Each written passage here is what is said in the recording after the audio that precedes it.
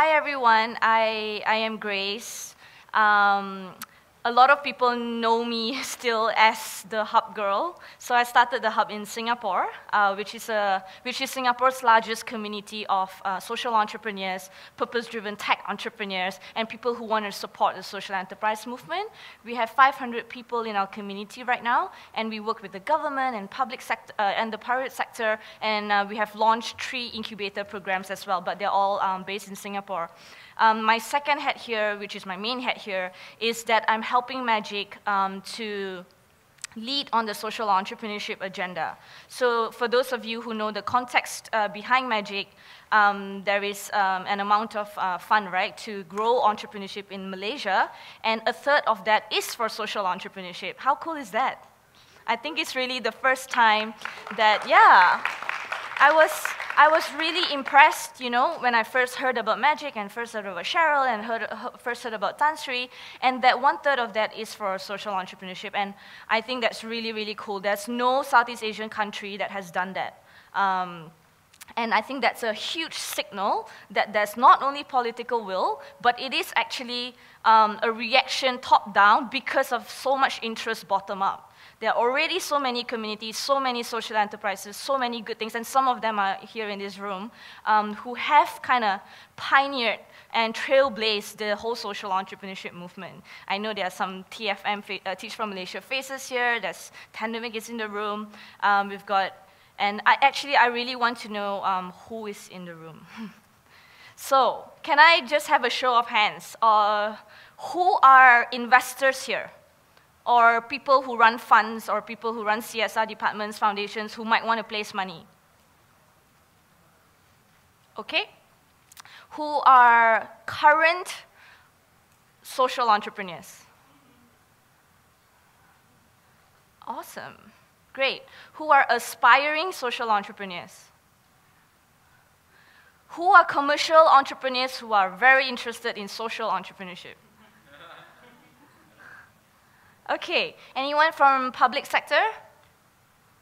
Private sector? Public sector where? So I know what to censor. Petronas, okay, cool, safe. So no oil and gas trashing, bashing here. Huh? Anyone from NGOs, IOs? Okay, cool. So pretty diverse. Okay, we're gonna start. So that's my Twitter handle. If you like any part of the talk, any questions kind of thing, you can also tweet at Grace Sai. Cool. So today's agenda is really, you know, a lot of people come up to us and say, everyone is talking about SE. What the hell is this? What's the definition, you know? And why is everyone talking about social entrepreneurship? So I'm just going to share with you some global trends and some of the best global social entrepreneurs so you get an idea for yourself on what it is. And then we'll go through the 5 Ws of impact investing. Impact investing is literally either venture capital money or philanthropic money or private equity money that is purposely placed into social ventures, okay? They intentionally want to invest in social enterprises, not only for the financial return, but also for a social and environmental impact, okay? And then we can do a workshop activity that I have for you if we have time and if we want as a group. So, a little bit about me. For you to decide if you want to believe anything I say in the next 1 hour or not. I think in my I'm Malaysian, by the way. I'm from Ipoh. Any Ipoh people? Yay, we've got the best skin, right? Have to touch to know.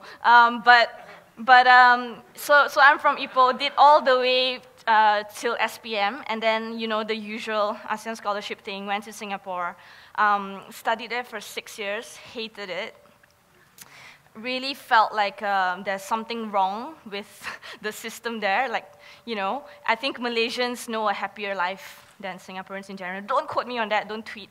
But I think it's important to highlight because that actually fueled why I started many things that I've started.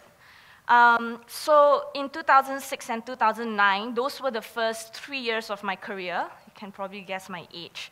And it was, typical Chinese, Asian kid, right? Following others' identity imposed on me, right? I did business, that kind of thing. And I was a consultant. I helped my family expand the business into Indonesia and things like that. And in 2008, something happened to me. When I was sleeping, I had this dream to build a building with 342 rooms for homeless children. And the whole map of the building was there, and there was even a business model there.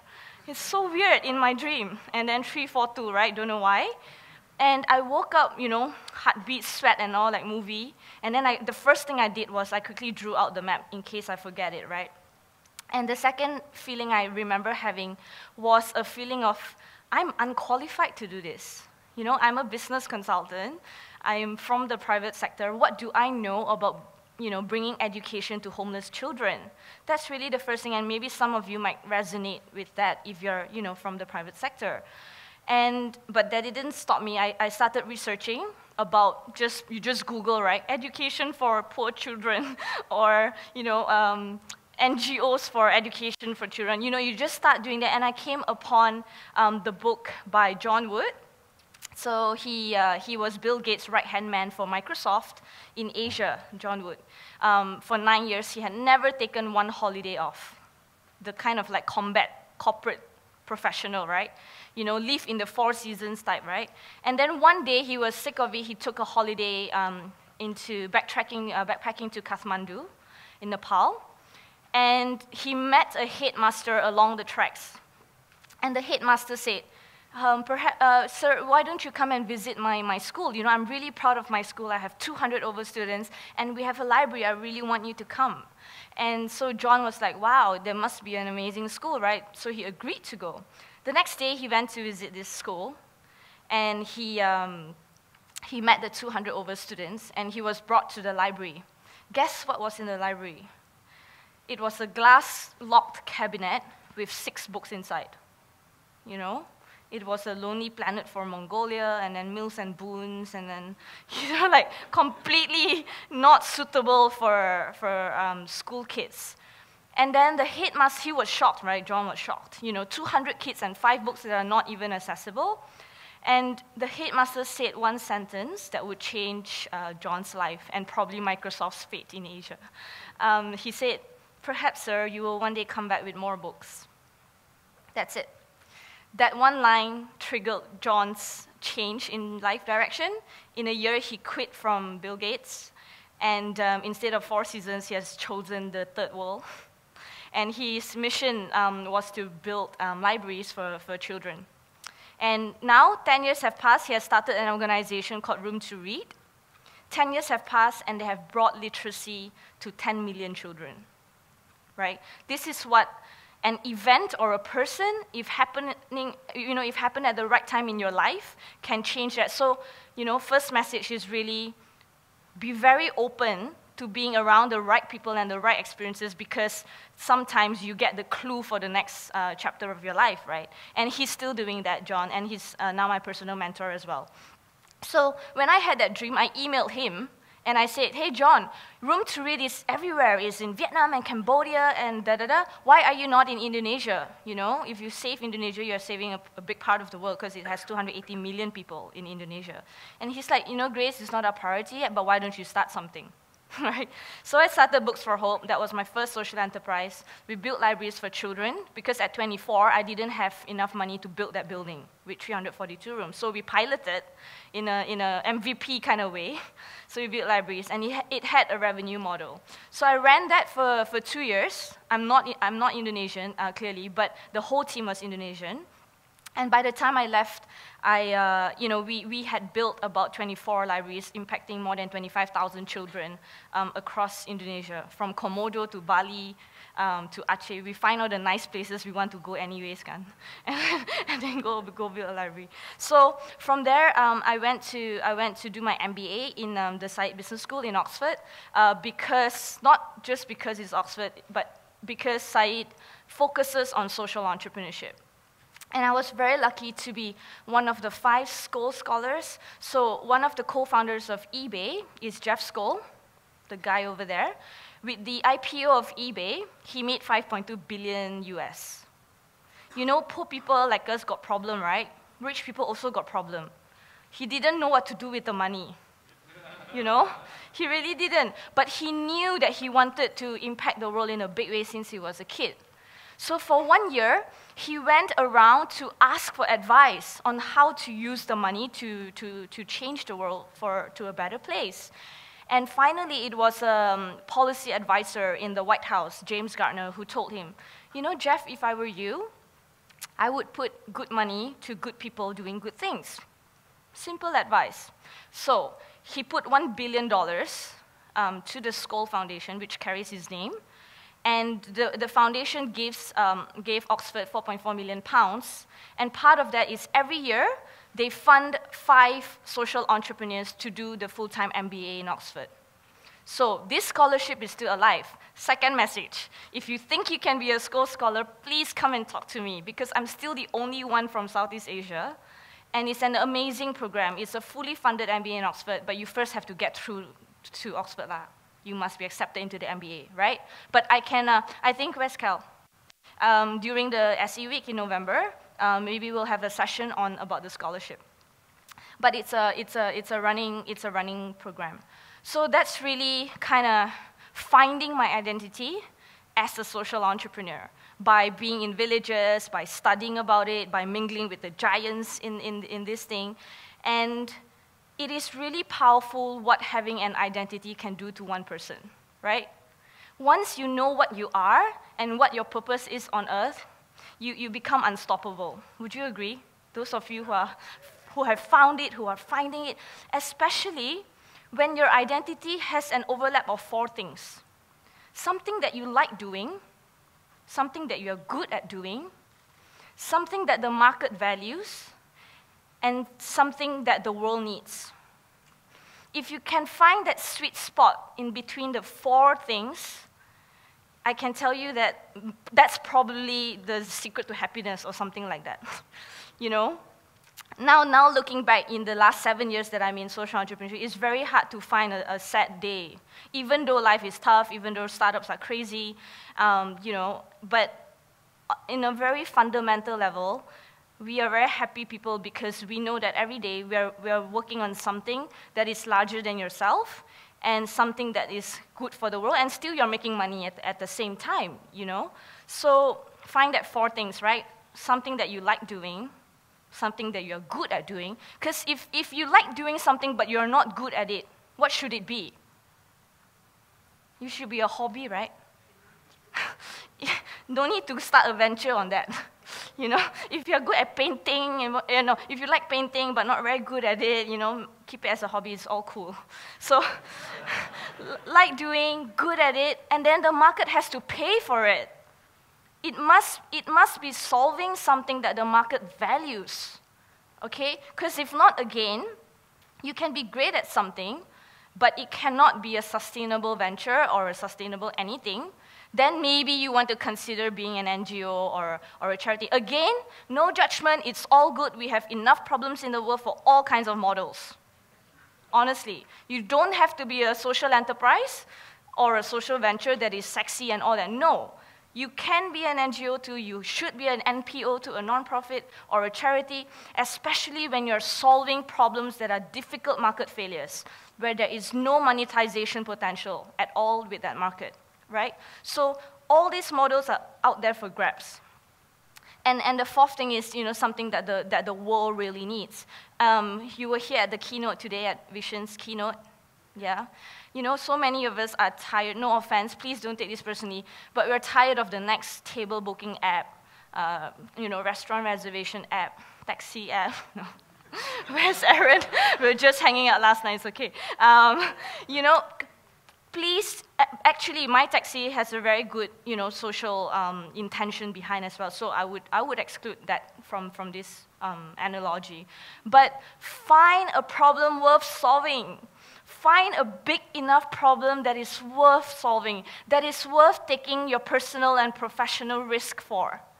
If it's something that is just another copycat or something that is, you know, solving a trivial problem, it's not worth your life. It's not worth taking risk. A startup journey is so difficult, and choose wisely what you invest your time and your money and your relationships for, because it's not always worth it, right? So find a problem. So anyways, after that, I started a hub in Singapore, and I'm part of an impact investing network called Toniic. We'll get into all this later. I'm on the advisory board for Ben & Jerry's in Singapore. It's my funnest job. My job is to figure out how to spend $100,000, so a $250,000 worth of ice cream, to promote fairness and social entrepreneurship. It's really fun. And I mentor at INSEAD, which is the MBA school in Singapore, and we launched an incubator called PACT as well. So those are the things. These are some pictures from the hub. It is really a home. It's a physical co-working space for purpose-driven people to come and work and build their startups from.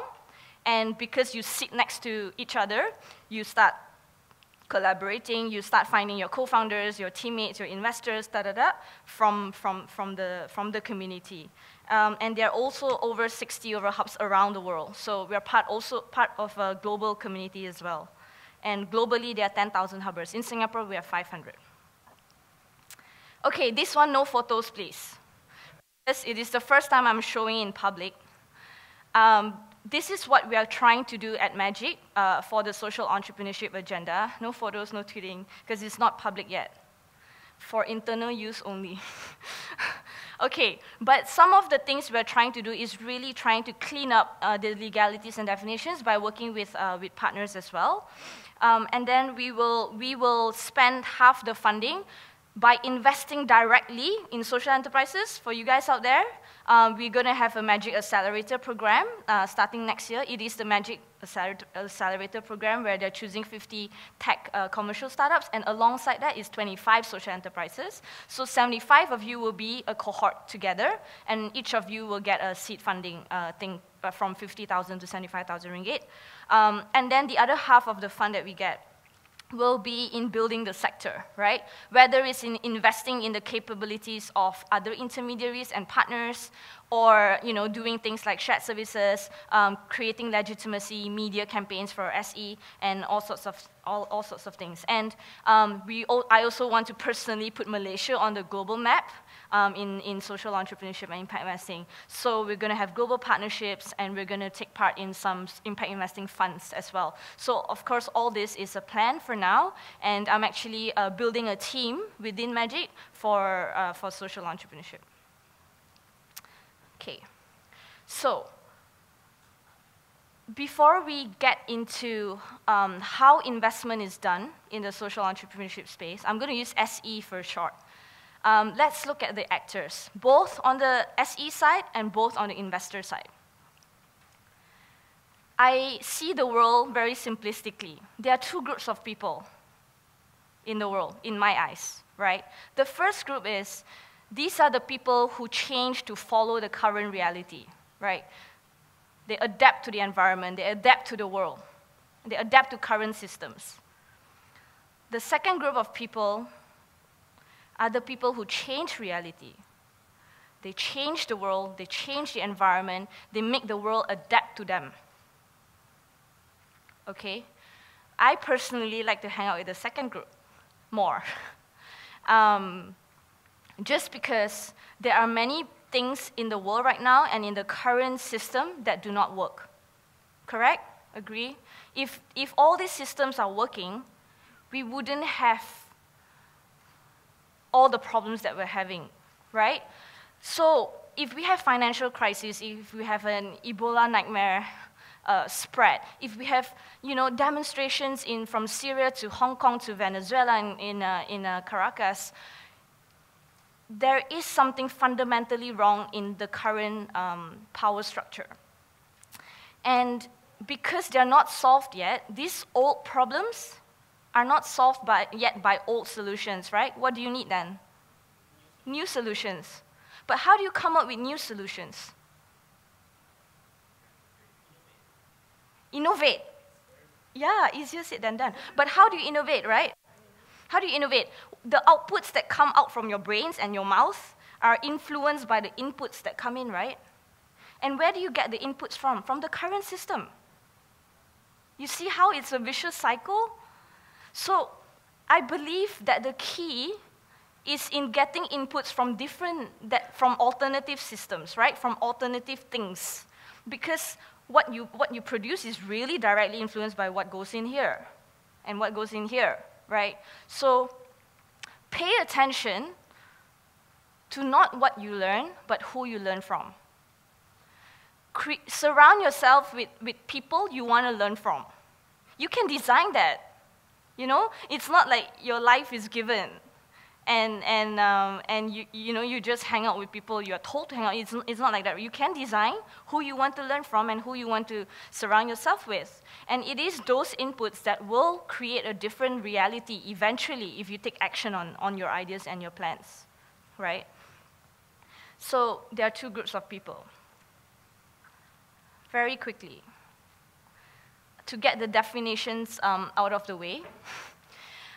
Most of impact investing are for-profit investments into for-profit social enterprises to create intended, measurable, positive benefit for society and environment. What part of that definition jumped out or resonates with you? Which part? Which word? Sorry? Benefit for society, right? So it's not just for individual self-profit maximization. That is good, and that's a byproduct of you delivering a value to society. Okay? What else? What keyword? Intended. Very good.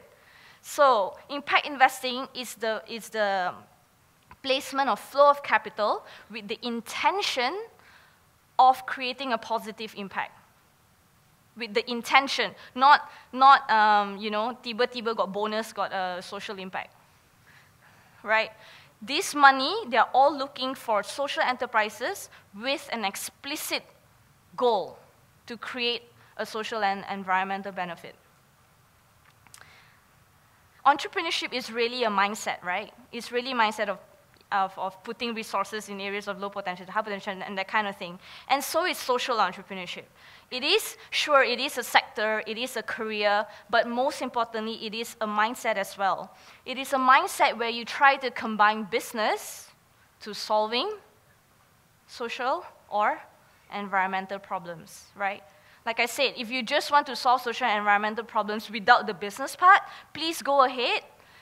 And you would have to structure it as a different entity, right? As a non-profit or a charity or an NGO. But if you want to use business in solving that, then it is what we call a social enterprise. And then blended returns is a new concept where you try to have both impact and both returns, so financial and social and environmental. Sometimes you hear the triple bottom line, or the double bottom line, and that's arising from the same concept, because for those of you who are accountants or you know finance, who knows finance and accounting here? Yeah, so in your P&L, you have the bottom line, right? That's your net profit. So a double or a triple bottom line is alongside the financial net profit, what is your social net profit and your environmental net profit as well? Okay, what are social entrepreneurs? Who are they? To me, it's also very simple. A social entrepreneur is a combination of Mother Teresa and Richard Branson. Don't try to imagine the kids. Sometimes people tell me, right, oh, we were trying to imagine the kids. No, that's not the purpose of this slide. The purpose of this slide is, if you imagine Richard Branson's brains, right, very driven, very ambitious, very business, very crazy, and Mother Teresa's heart, who is always, trying to serve other people, trying to serve the world, very selfless, very noble, right? The combination of that two is a social entrepreneur. Clear? Who thinks you're a social entrepreneur? Just rain check. Wow, so enthusiastic. Okay, so maybe as we go, we'll see more.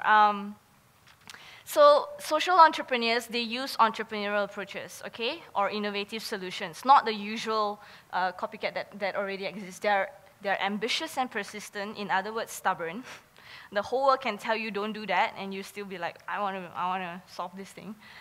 And they change systems and not organize problems. So they like to be, they like to think big, although they will start small first. So maybe if you can just shout out to each other or to me, who are some of the social entrepreneurs you know, or who are some of the people you admire who is doing a lot of good for the world?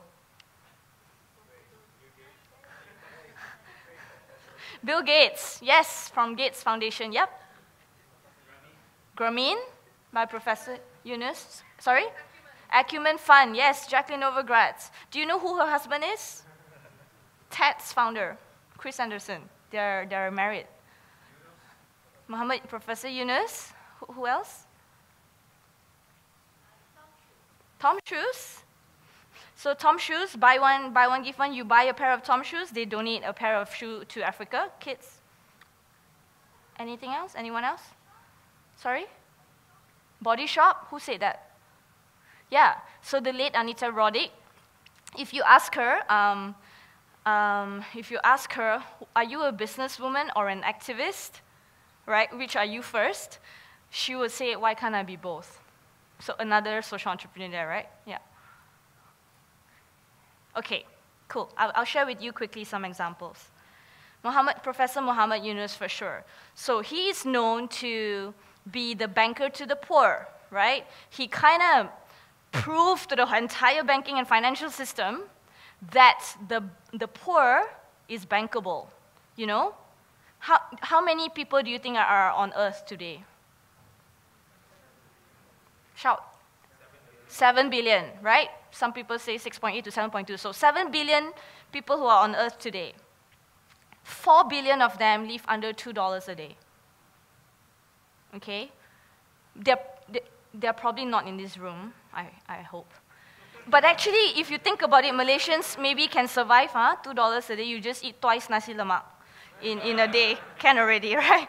But there are seriously, legitimately 4 billion people who cannot be part of the usual economy, correct? And so they don't get the products and services like we do. So for 2014 years, the financial service sector do not want to service the 4 billion people. Why? Because they are too risky, right? Tak ada collaterals, right? If you want to get a loan, you only have a goat or a sawah padi, not even that, or a bicycle. Those cannot be collaterals for a loan. And they're also very expensive to serve because they're in the rural areas, right? And the loans that they want is very small. They might only want 200 ringgit, right? Not 2 million, not 200,000. And the interest revenue from that small amount is very small. So it doesn't justify for the current existing system to do that. So Professor Yunus, who is an economics professor 35 years ago, kind of wanted to prove that it is not the poor who do not deserve the banks. It is the banks who do not deserve to serve the poor. He flipped the entire system around, right, by giving out microloans. And those of you in my boot camps, you already know this story, but he only loans to women. Grameen only loans to women. Do you know why? Sorry? Why they pay back and the men don't pay back? Okay, don't throw stones at me, but this is from research, right? The men out there. So if you give $1 to a woman, 80 cents of that, she will use for what? Family, food, education, health, sanitation kind of thing, right? If you give $1 to a man, where will 80 cents go? Prostitute, alcohol, some. Okay, I leave it as that. I didn't say anything. But it's research shown, yeah, that when you give $1 to a woman, they will invest into the kids and into the family, and they will also have a higher repayment rate. They are more honest.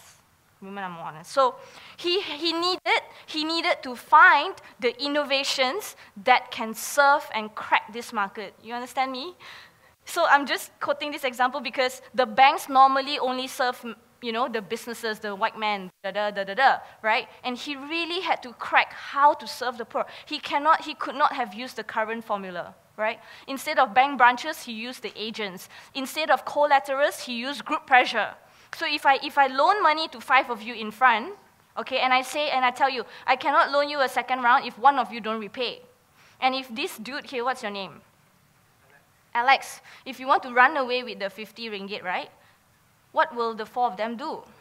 Catch you, right? So I'm using peer pressure for you to repay. So innovations like that needed to happen. And because of that, he single-handedly brought Bangladesh out of the poverty line in 1 generation. And he won the Nobel Peace Prize for that in 2006. Why you clap? Oh, do you think? Okay. And also a few days ago, Malala won the Nobel Peace Prize, right? Wow, that I want to clap for. She's the youngest ever Nobel Peace Prize laureate. I met her in April as well at the School Forum. And she's, the way she talks gives you your bulu roma meremang, It's like, she's really, really very, very dedicated. Her goal is to put every child into school in like 5 years.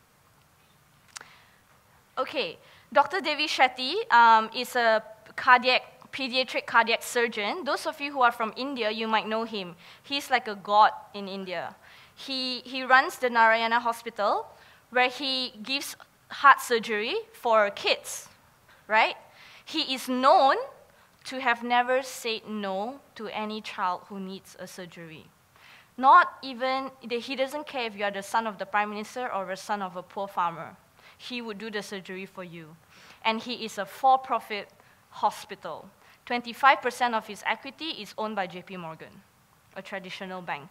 So you may ask, how can he make so much profits when he's actually giving so much away, right? We can get into that further, but again, it is innovation in the operational model. They do double bed surgeries. They're very efficient, so their margins are higher. They serve the rich. They get margins from that, and they use some of the margins to serve the poor. In social entrepreneurship, we call it the Robin Hood model, okay, where you take from the rich and give the poor. Huh? You may not. Without stealing. Oh, yes, sorry, yes, Robin Hood. Okay, yes, Tom shoes. Buy one, give one model. Very popular. So you buy a pair of Tom shoes. You can also buy from Malaysia. And then someone in Africa gets a pair of shoes. Because the founder believes that a lot of human dignity is from the fact that you actually first have shoes to wear. Right. Jane is a Stanford friend, Stanford D School, and she found her problem that she wanted to solve was that 1 baby in every 5 babies die before they are 2 years old because they get too cold in villages and in poor countries, So every day there's some children dying because of cold. And what she invented was a simple blanket with a gel pack inside, that the gel will provide the heat to the baby, okay?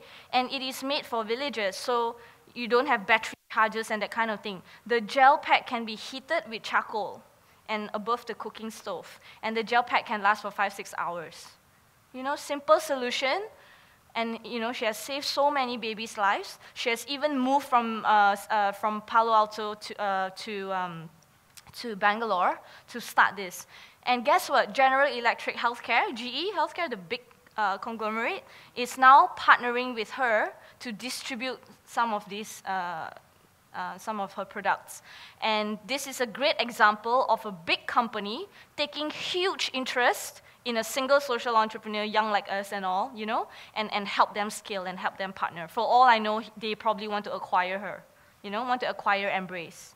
So if you want to check her out, check Embrace out. If you want to go to Narayana and all that, they're all in Bangalore. I'm happy to make those connections if you happen to, want to. And she takes in interns as well. You can intern there.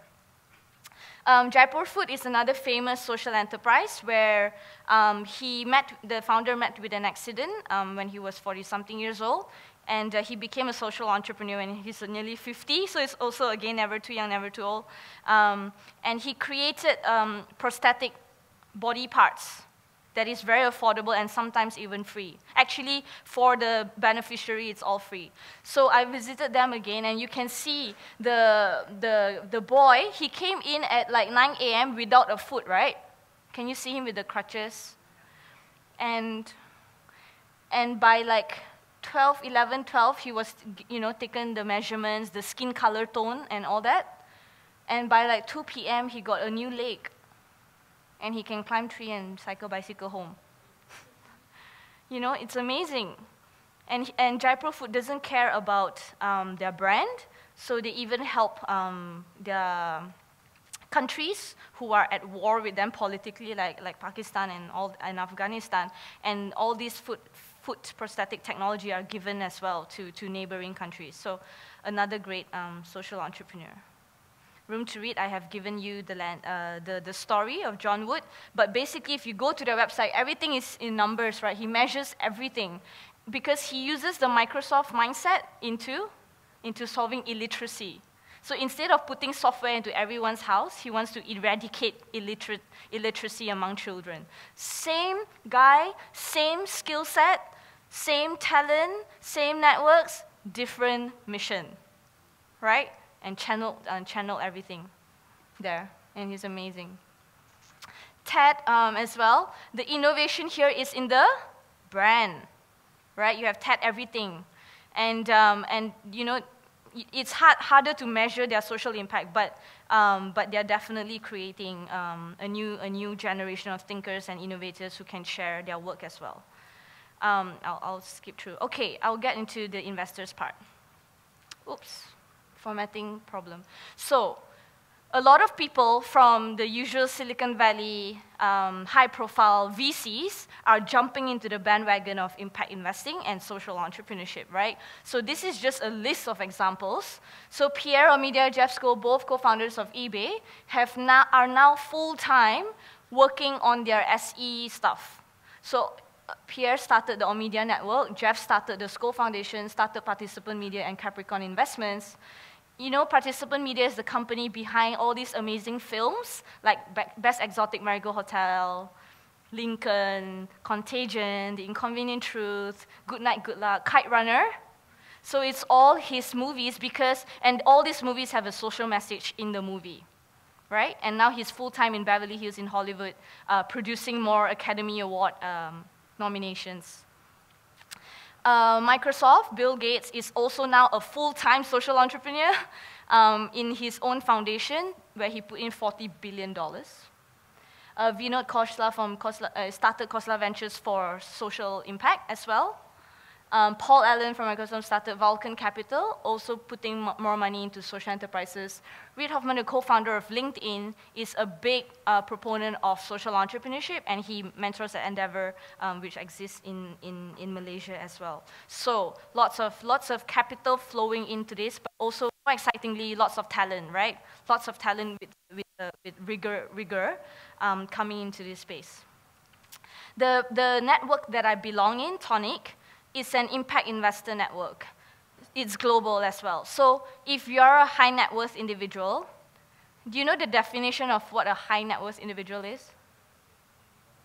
If you have in excess of 10 million to invest, okay, then you're a high net worth individual. So they join this network where they want to look for social enterprises to invest in. Most of them do equity and debt investment. Some do grants, but not common in this particular network. So I'll just show you that in this network, there are 100 over members globally. I hate Singapore for them and Asia. And the network has looked at 500 over deals.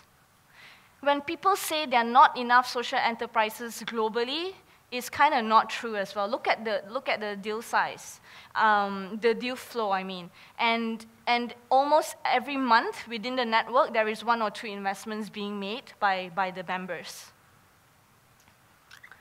And we do a syndicate model where we do a co-funding model. So if we are part of all like Toniic members, if I like this social enterprise, I share with you the due diligence, I share with you the term sheet, and you might want to come in with me on the investment. So you save money on doing due diligence on a particular venture. Okay? Normally, to do due diligence on a social enterprise, it takes about 10,000 US. Not cheap, right? And it takes about 3 to 5 months to do due diligence. So if you belong to a network or a community, you share those, you compare notes more. And I want to talk about 100% network in a bit. So this is just to show you that there are a lot of banks and asset owners out there that are in the impact investing movement as well. All the traditional banks that did not care about microfinance, now all of them have a microfinance department, right? Look at how one man has changed that system. So why are people, what time is it? Sorry? 2:40. Sorry? 2:40. Okay. I'll try to wrap up at 3. So why are people doing this, right? Why are people coming into the whole social entrepreneurship movement and impact investing? So basically, generally, there is a huge public sector failure in the sense that they may be too slow or they may be too big and bureaucratic to solve some of these problems, right? And the private sector also, their main duty is their fiduciary duty is to increase shareholder value, right? And sometimes when they pollute the environment, when they harm people, they conveniently treat it as negative externalities, right? They conveniently put it outside of the balance sheet, outside of the P&L, and say, okay, no one owns those problems. A polluted river by me, no one can say it's me, right? So it becomes an externality, and so no one solves these things. So no public sector solving, no private sector solving. Who's going to solve? Citizen of interconnected world. So I think we travel more because of social media. We understand the world better as well. And so we feel more of an obligation to be a world citizen, right? To be a global citizen to solve some of these problems. Charitable giving has its limitations. There is something called donor fatigue when people are just tired of giving money because they don't get back the measurement of the result or of the impact. And in general, I think people who are in Gen Y and the millennials, we also have a more long-term view. We also want more meaning in our lives, in our work today, and we're not waiting till we're 50 years old to give back. So all these elements combined that you are part of the factor and the reason, really is bringing this movement forward in a big way. So I'm going to skip all this. Change makers are getting younger. And like I said, there is a lot of capital in this space. Both money, talent, and infrastructure as well. So if you think about how capitalism was formed, it took 100 over years to form, right? And even the study of management with Peter Drucker and Michael Porter, it only started in the 60s and 70s, not so long ago, right? 40 years ago. And social entrepreneurship is 2 decades, so lagging a little bit, but not so far behind as well. I guess the point here is that it is quite nascent, and therefore, those of us who want to be in it can have a voice. Because it's so nascent, we can help to shape it. We can help to define things and move things forward and say what should be done, what's good, what's bad. It is like that, and people in this sector are so nice and are so collaborative. It's really a privilege to be part of this movement. Also, the Maslow hierarchy of needs, right? We believe that we first have to satisfy many needs before we self-actualize, before we do what we really want to do. But I really, from my 7 years in this, I really see a reversal of the hierarchy. A lot of people are now thinking immediately, how can I self-actualize now? Right? And I really believe that if you are passionate and good at something, the 4 circles, the money will come. The money really will come. Right? There's too much money chasing after too few good ideas right now. So those of you who who feel like you want to be a social entrepreneur, there's a lot of capital out there. It's just finding the good entrepreneur with a good idea and a good team. The millennials Gen Y profile, we are all like that, right? Gung ho. We have many ideas, we are impatient, we want to make an impact now. We are intrigued by SE, that's why we're all here. Not all of us will be a social entrepreneur, and that's fine, but a lot of us will support the movement, correct? You will support your friends who say they want to be a social entrepreneur and things like that. Very often our parents don't get us because they're in the past generation. And the past generation, they really worked hard to get to where we are today, right? And sometimes they think in binary, you know, either 0 or 1, either do good or do well. Cannot do good and do well together. Cannot make money and make meaning at the same time. Not possible, right? Like when I wanted to start Books for Hope, 24, I called up my dad. Hey, what did I call him, Papa or whatever? Then I said, I'm gonna start this thing, right? I'm gonna start this thing. How cool is this? Are you gonna support me? He's like, you know what he said? What did he say? Traditional Chinese father, huh? Go get, I already have a job. Yeah, are you crazy? First line. Are you crazy? So pause, if anyone says that line to you, you know you're doing something right. Okay? You need to get that to know you're a social entrepreneur. Are you crazy? First one. Second one is, go and get a job, stick with your job, and go and be rich first before you give back, right? And third one is, don't talk to me about it again. So I'm like, fine, I'm not going to talk to you about it again. So because of that, I think we didn't talk for 4 to 6 months because I was busy building Books for Hope already, and he doesn't encourage, right? So I think it didn't make sense to me, right? Like, people who want to do good for the world, how come they are discouraged? How come they are rejected from the closest people? It just didn't make sense, right? That's why I started the hub. Because your immediate family and your boyfriend, girlfriend, best friend, they think they know what's best for you. They think they know, but maybe they don't. And sometimes inside our hearts, we know, right? And so with the hub, we want to replace that immediate ecosystem with another tribe, with another community who are more courageous, who are more like-minded, and to kind of give us that courage. Because if not, entrepreneurship is a very, very lonely journey. Trust me. It's very, very lonely. And if you're not having fun with it, it's not so good. Then you get burnout, and then you give up, right? You might give up. So really need to be around people. Like Magic is built for that as well, you know, creating that platform and that community for the emergence of these communities and innovations. So yeah, Gen Y people don't just want a job, we want a job with meaning.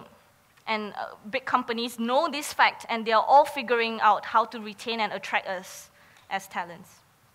So if you look at the spectrum of entities, the far left, you have the traditional for-profit, and the far right, you have the traditional for-profit and traditional non-profit, right? And it's only in the last 2 years that the hybrid spectrum came about. Actually marry profit and purpose. You marry making meaning and making money at the same time. You have shareholders, but you also care for your stakeholders, right? Because as a for-profit company, you need to just think of money and not so much the mission sometimes, right? Like the IBM, the Chevron, you know? And then traditional non-profits are like UNICEF, WWF. They're all doing good things, but social enterprise tries to combine the best of both worlds. Okay. Getting into the funding thing. There are all sorts of impact investors out there. The impact investors in the space, they care about the double bottom line, right? Financial and social and environmental. Having said that, there is a group who are finance first investors. So they care about the financial return first and the social and environmental thing second.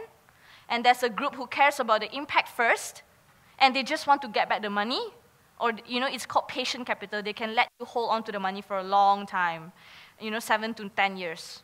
And then if you return, that's good. If not, they're fine, right? They care about the impact first. So what does it mean for you as an aspiring startup or social entrepreneur? You need to identify what you are doing. Can you deliver the financial results that finance first investors want, or are you more towards impact? Both are good. Both are good, and you use different models depending on the problems you're trying to solve. but you need to talk to the right investors, okay? So if you are impact first, don't go and talk to the finance first investors, okay? So examples of them are given here, right? The finance first are your traditional VC, PE funds, clean tech funds, family offices. They are expecting market returns, IRR of 15 to 20+%, just like many of the high-performing companies or investment portfolios would give, right? And it's a bonus if there's impact. Now, the impact first are a lot of these people, and also more of these are coming into here as well. And they're expecting 0 to 5% return. 0 means they get back just the capital, right, with no interest. And they want huge impact. And the double bottom line people, a lot of my own networks and friends are in here, and they care about both financial and social or environmental. When you first start out, when you just have an idea, whose money do you use? Huh?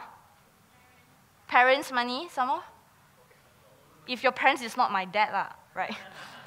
Your own pocket, right? If you have some savings, if you have like your few years of corporate experience, you have some savings, you can start with that.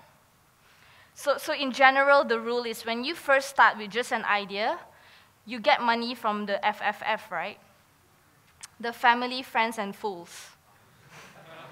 Okay?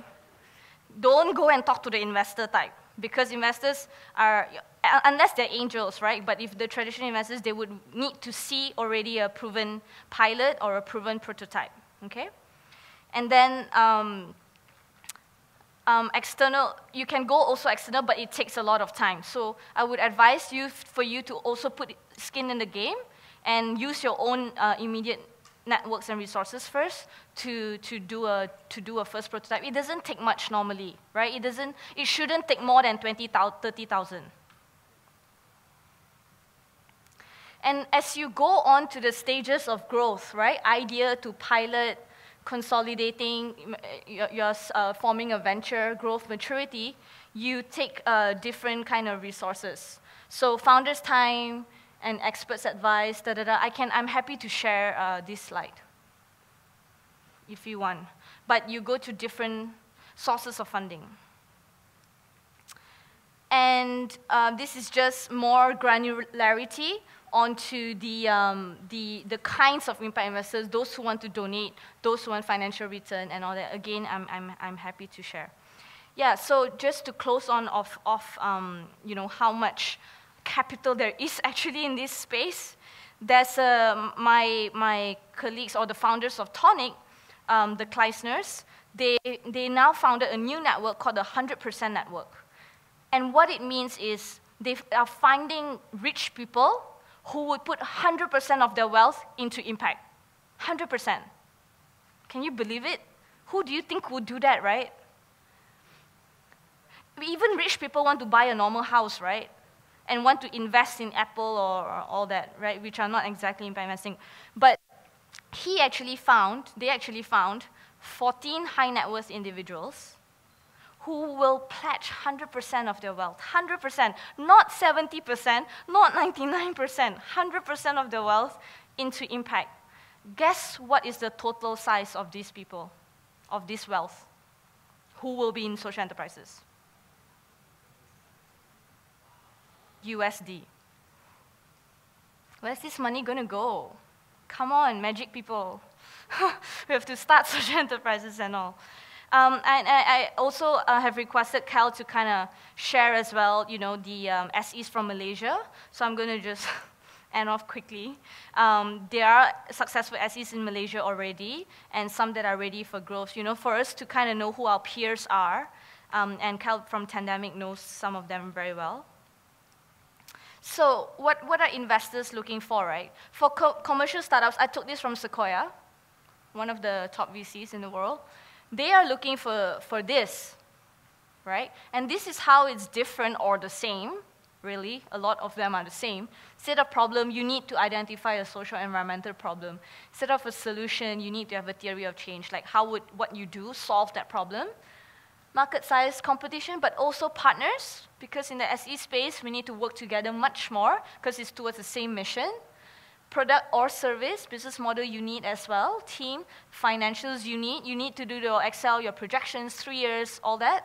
On top of that, the double bottom line thing comes into play, right? You need to show your social and environmental impact. You need to know how to measure it, and scaling that impact is important. So it's even harder to be a social entrepreneur than a commercial entrepreneur. That's my take. And as a starting point, you need to at least have these things, right? As a starting point. You need to be a strong lead entrepreneur, a good idea, relevant experience team, a planned budget, idea, and access to some expertise on how to do capital raising. It's not easy. You will need some lawyer friends, okay? But don't trust lawyers so easily either.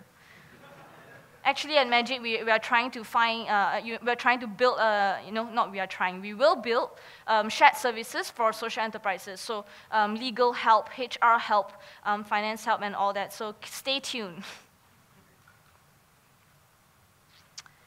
Okay, this is how impact can be measured. You basically start with the resources you need, what you will do with those resources to deliver your solution, and then you measure outputs. Outputs are things that you can measure in numbers. So let's say if you want to bring, give me an example. You want to build solar panels in rural villages in Malaysia, right? What would be some of the outputs? Number of homes you install solar panels, some more? Number of families, you're banned from answering. Number of families who are impacting from solar panels. What else can you measure from putting solar panels? Power generated, like homes that did not have electricity now have electricity. You can measure with kilowatt or whatever, right? Some more? Voltage, yeah, same. Coverage area, yeah, how many homes, how many villages can you scale? You can also measure amount of money saved by the family. You can measure the number of extra hours, daylight hours for a family to either study, for children to study and do their homework at night, right? Things that you can measure basically. And the outcomes are harder to measure in numbers, right? So this particular fund, they use 5 metrics. Improve material well-being, and then they do this measurement, right? Improve physical well-being, improve social well-being, security, freedom. So outcomes are something that are more intangible, but still are produced because of your work. So you also need to capture that. That's the difference between outputs and outcomes, okay? And impact is a longer-term, sustainable kind of outcome. So like a healthier society in this case, right? Very vague. That's how impact investors measure, and that's what impact investors expect social entrepreneurs to report on. It's as simple as this. But you need to do pilots, and you need to do all that to get to this. Okay, this is an amazing slide actually, and maybe it's also new for old-timers here. This shows the portfolio of the Kleisners, the impact investors that I work with. Their portfolio is 100% impact investing portfolio, okay? The dark blue one. The light blue one is the market return curve. What does this mean? Who is higher? Who's higher? Yeah. Their impact investing portfolio has outperformed the market return. So, to people who say that you cannot make money and do good at the same time, it's bullshit. You really can, and this is an actual report. It's also publicly shown. But they were kind of the first impact investors out there who were very transparent with their returns and with their data. By the way, the guy, Charlie Kleisner, he created the first iOS platform with Steve Jobs. So that's a bit of a story there. And this really, they do basket with basket, right? So they find comparable portfolio and they measure, and their impact investing thing outperforms. So basically how they did it was, instead of putting cash in normal banks like Morgan Stanley, JP Morgan and all, they put their cash into banks that are good for social enterprises, for example, you know, or they would sustainably invest the cash, right? Then instead of buying bonds from usual sources, they buy social impact bonds. Instead of buying public equity from usual companies, they buy public equity in social enterprises. So they shift their entire strategy into impact. So when to exit? Because a lot of startups talk about exit, right? Although my belief is that you build something to last, and you know, you should guide it, unless and until, you know, it makes sense to exit. And in the SE space, there has been some exits happening as well. So Tom Shoes, about 2 months ago, sold 50% of their equity to Bain Capital at 665 million. So not bad. Ben & Jerry's was acquired by Unilever as well, I think in 2011, maybe. And again, there was an acquisition, exit of a social enterprise. Ben & Jerry's is a social enterprise in many, many, many ways, from fair trade to environment to employing ex-convicts to work in their American factories. And I kind of cut this out for you. We have had 2 IPOs in the social enterprise space. Both are microfinance institutions. And look at how much longer the impact space needs to wait for an IPO. You know what's an IPO? Where you enter into the public stock market for public funding, right? Okay. So, and it's just to show the valuation. Not too bad, actually, in valuation. But when this happened, the insider story is that it created a huge controversial thing, right? Like, how come a social enterprise is on the stock market and da-da-da and da-da-da, right? And it's still not conclusive on whether this should be this or that should be that, you know? In the impact space, some people still think that profit is a dirty word, which doesn't make sense. Like, if you're trying to do good, you first have to be financially sustainable. If you're not financially sustainable, your mission dies. Then what's the point? So there are many school of thoughts out there on this. So like I said, if you are part of this movement, you can help shape it. This was done by The Guardian in the UK. I'm here, and Branson is here. And Prime Minister of the UK, Nick Clegg, is here.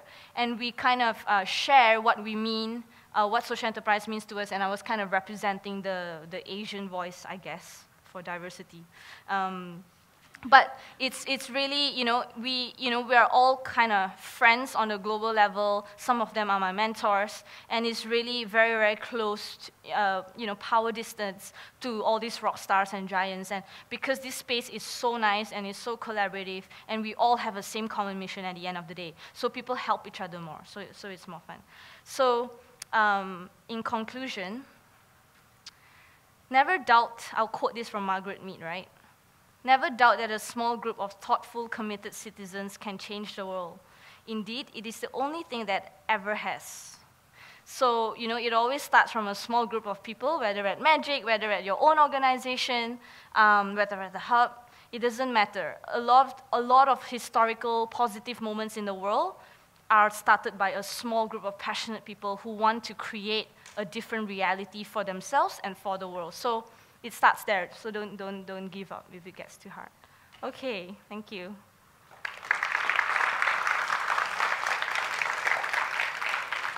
So we have time for questions, and I also wanted Cal to share on the SE stuff.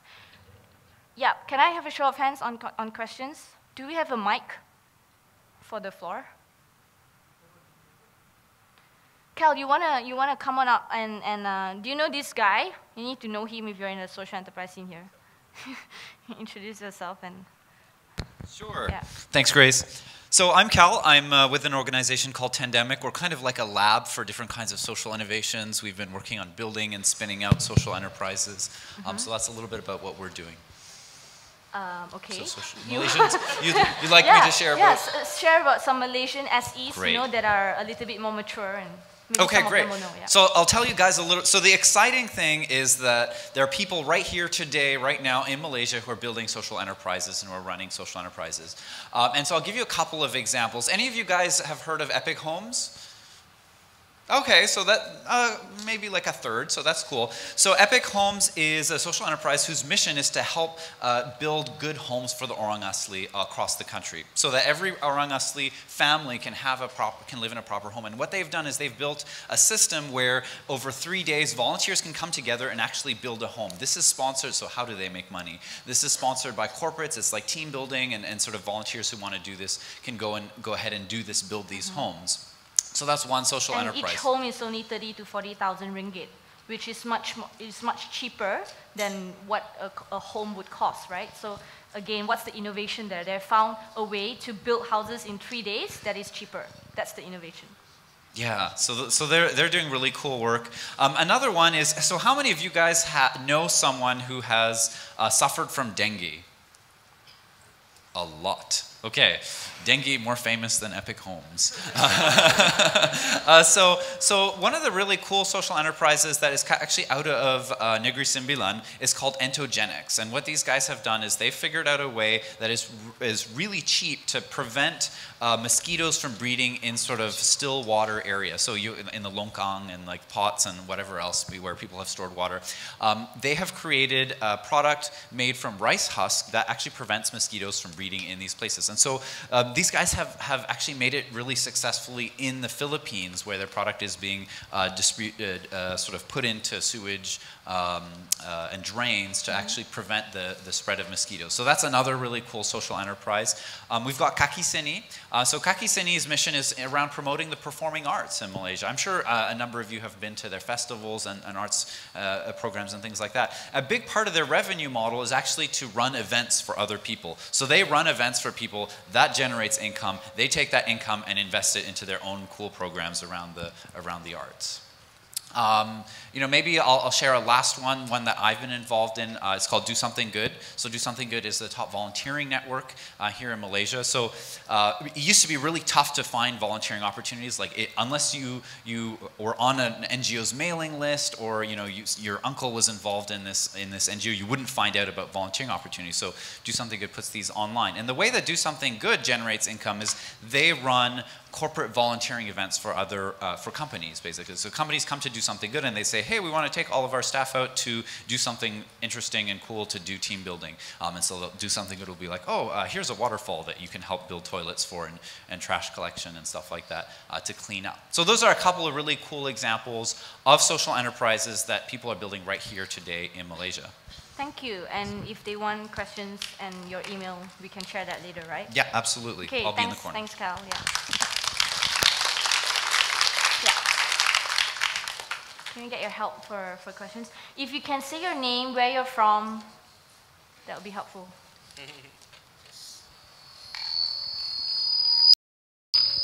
Hi, I'm Hanim. As you know, I'm a big fan of your work, Cal. But I think what's interesting about social enterprise is that you're making a difference in the world and the innovations that you need to make. I thought be prepared for some criticism. I thought it was a bit dangerous to put so much emphasis on the money part. Because, and SKS is a perfect example of how that went terribly, terribly wrong. Am I being censored? My father runs a non-profit microfinance in India, and he brought back stories of how SKS had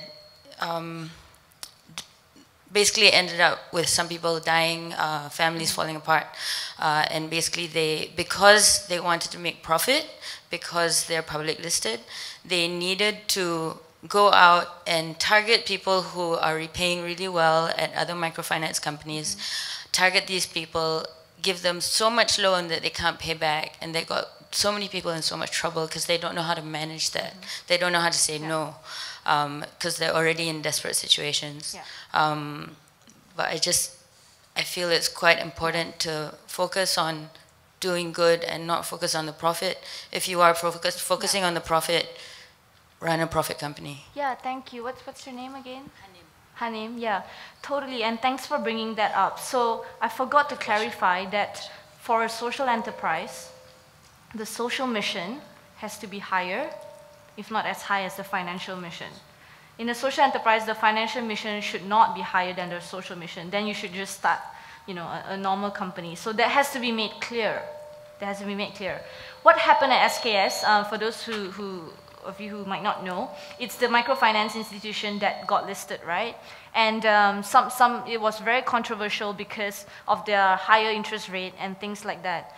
And it is an unfortunate thing, and you know the global community talked a lot about it back in 2011, 12, and from there, the lesson that was gained was that microfinance alone is not sufficient for any kind of economic development. Microfinance has to be surrounded with financial literacy programs, education, sanitation, healthcare, da-da-da. So money itself, you know, is kind of dangerous if you place it into the hands of people who might not know how to manage the money, right?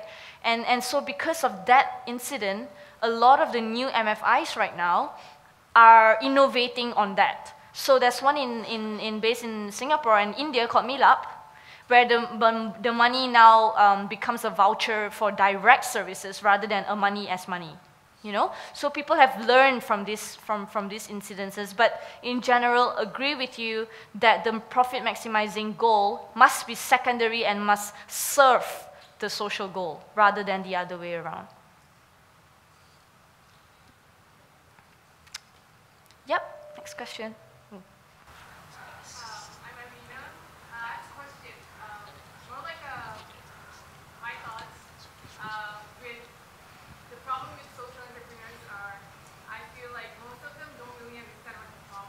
Mm-hmm. So, in your opinion, what do you think are one of the biggest mistakes of the Yeah. So Arena, right? Alina, you're from Malaysia, right? Yeah. Someone has spotted you for me. Alina. So her question was, one of the most common pitfalls of social entrepreneurs is that we don't understand the problem enough and then we quickly jump into the solution, right? Actually, that's the problem of first-time entrepreneurs. And second time and third time. But in general, I was just mentoring someone just now. The human mind likes to have answers. We're not comfortable being in the ambiguity of not knowing an answer, right? So we like to jump to a solution, but actually that's the wrong thing to do. If you want to be a good entrepreneur, you need to understand the core of the problem you're trying to solve. Not forming assumptions of what the solution can be in your head, right? First, you need to understand the problem. If Einstein said, right, if he was given 1 minute to solve a problem, Albert Einstein, right? He says he would spend 59 seconds understanding the problem and 1 second coming up with a solution. That should be the way to go. So a personal example was when I started the hub, I took 8 months to start it before, to have 400 coffee chats, to talk to 400 people on what it is that the hub should really offer, right? If I did not do that, I would just be thinking of a real estate business model, right? I have 5,000 square feet, what is the cost per square foot and the revenue per square foot and then the profit? But it was through those conversations that I found out that people would join the hub not because of the space. They are actually joining because they can get courage. They can be around people who would give them courage. And so our tagline is that we don't sell real estate, we sell courage. And it's only through those talks that that those insights come out. So it's really important to really know what is the problem. Do the problem really exist, or you think it exists, right? Don't make up a problem when they don't exist. And in that problem, when you come up with a solution, that's the whole value chain of a solution. As a first-time entrepreneur, do not try to solve the entire value chain, right? Find the component of the value chain that you can innovate at the most, and then partner other people on the other things. So be very, very focused, be very, very humble in really talking to people. Is very low tech, the solution. It's not whatever app, you just have coffee chats. You just need to talk to a lot of people to really understand the core of a problem. And do not be emotionally attached to your idea. In fact, my advice is when you go out to pitch your idea, have the mission to kill your idea. Because that's how you strengthen an idea.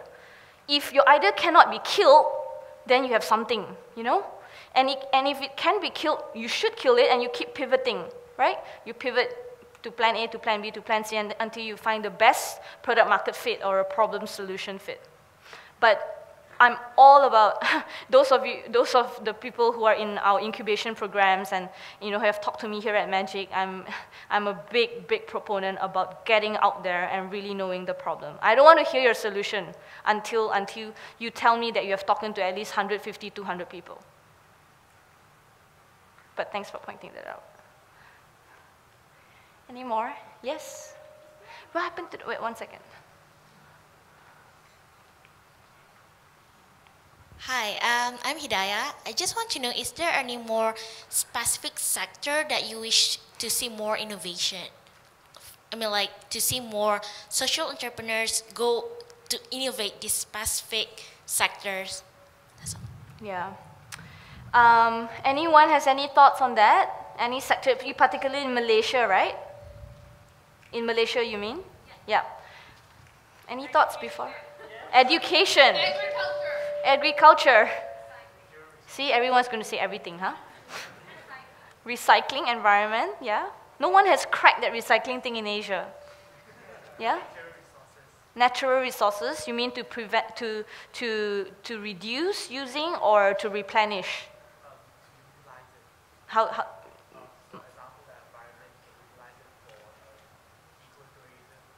right. Right, using natural resources more responsibly, like ecotourism. Yeah, I would say the hardest things, the most stubborn problems need the most innovation. But it's also the hardest to crack, right? So things like education, racial integration, youth development, the rural poor, economic and social psychology kind of stuff are usually harder. Right? A lot of them require a generation of work before the next generation kind of improve their situation. Is it working? Yeah. And the hardest things also involve a mindset change. And that's really, really, really tough. If you talk to VCs in Silicon Valley, they will never invest in something that wants to change mindsets. Because it's too long for an exit in their case, right? But for social entrepreneurs, we need to tackle these things. We are here for the long game. Yes.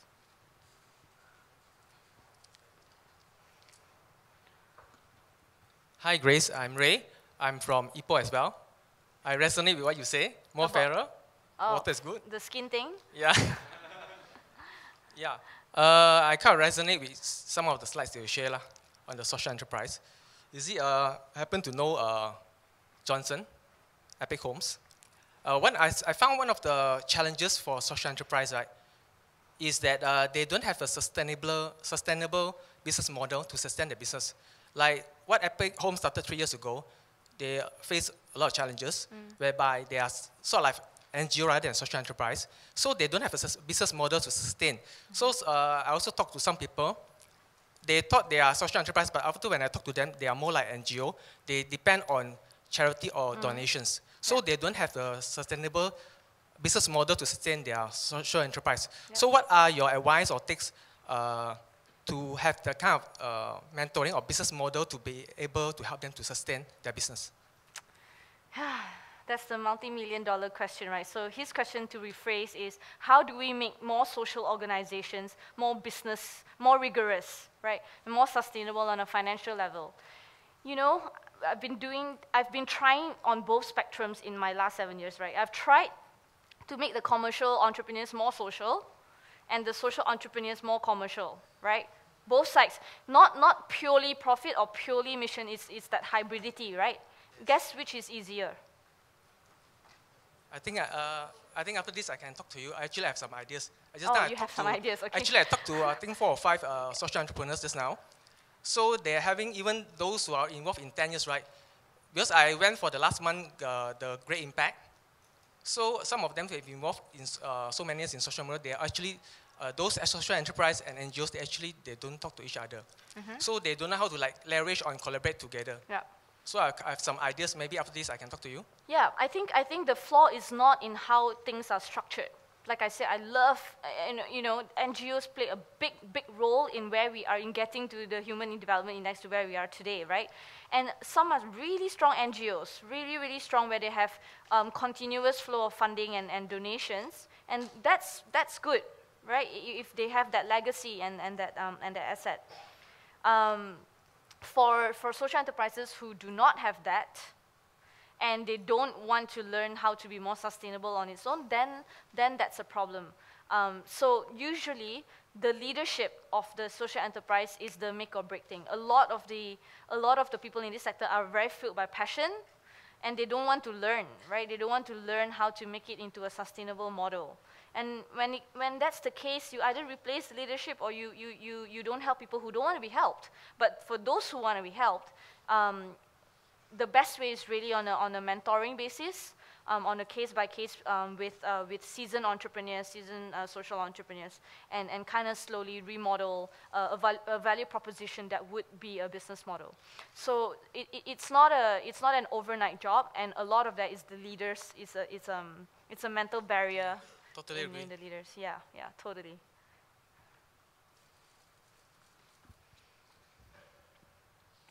Any more? Yep.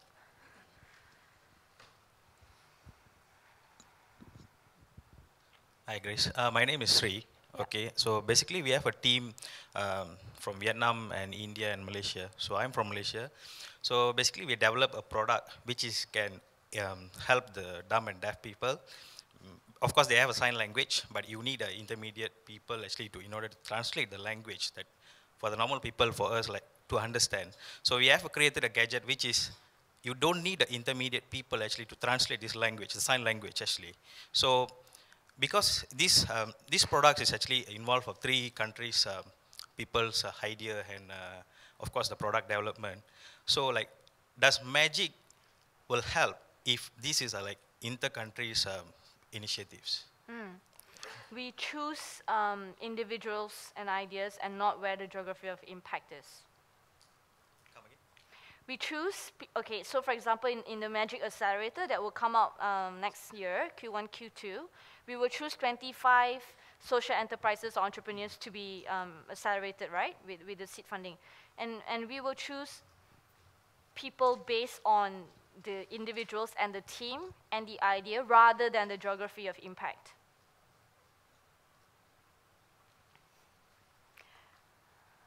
Okay, are we good? Are we good?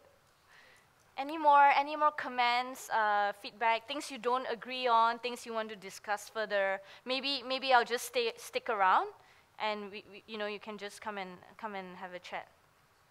Okay, cool. Thank you so much, everyone.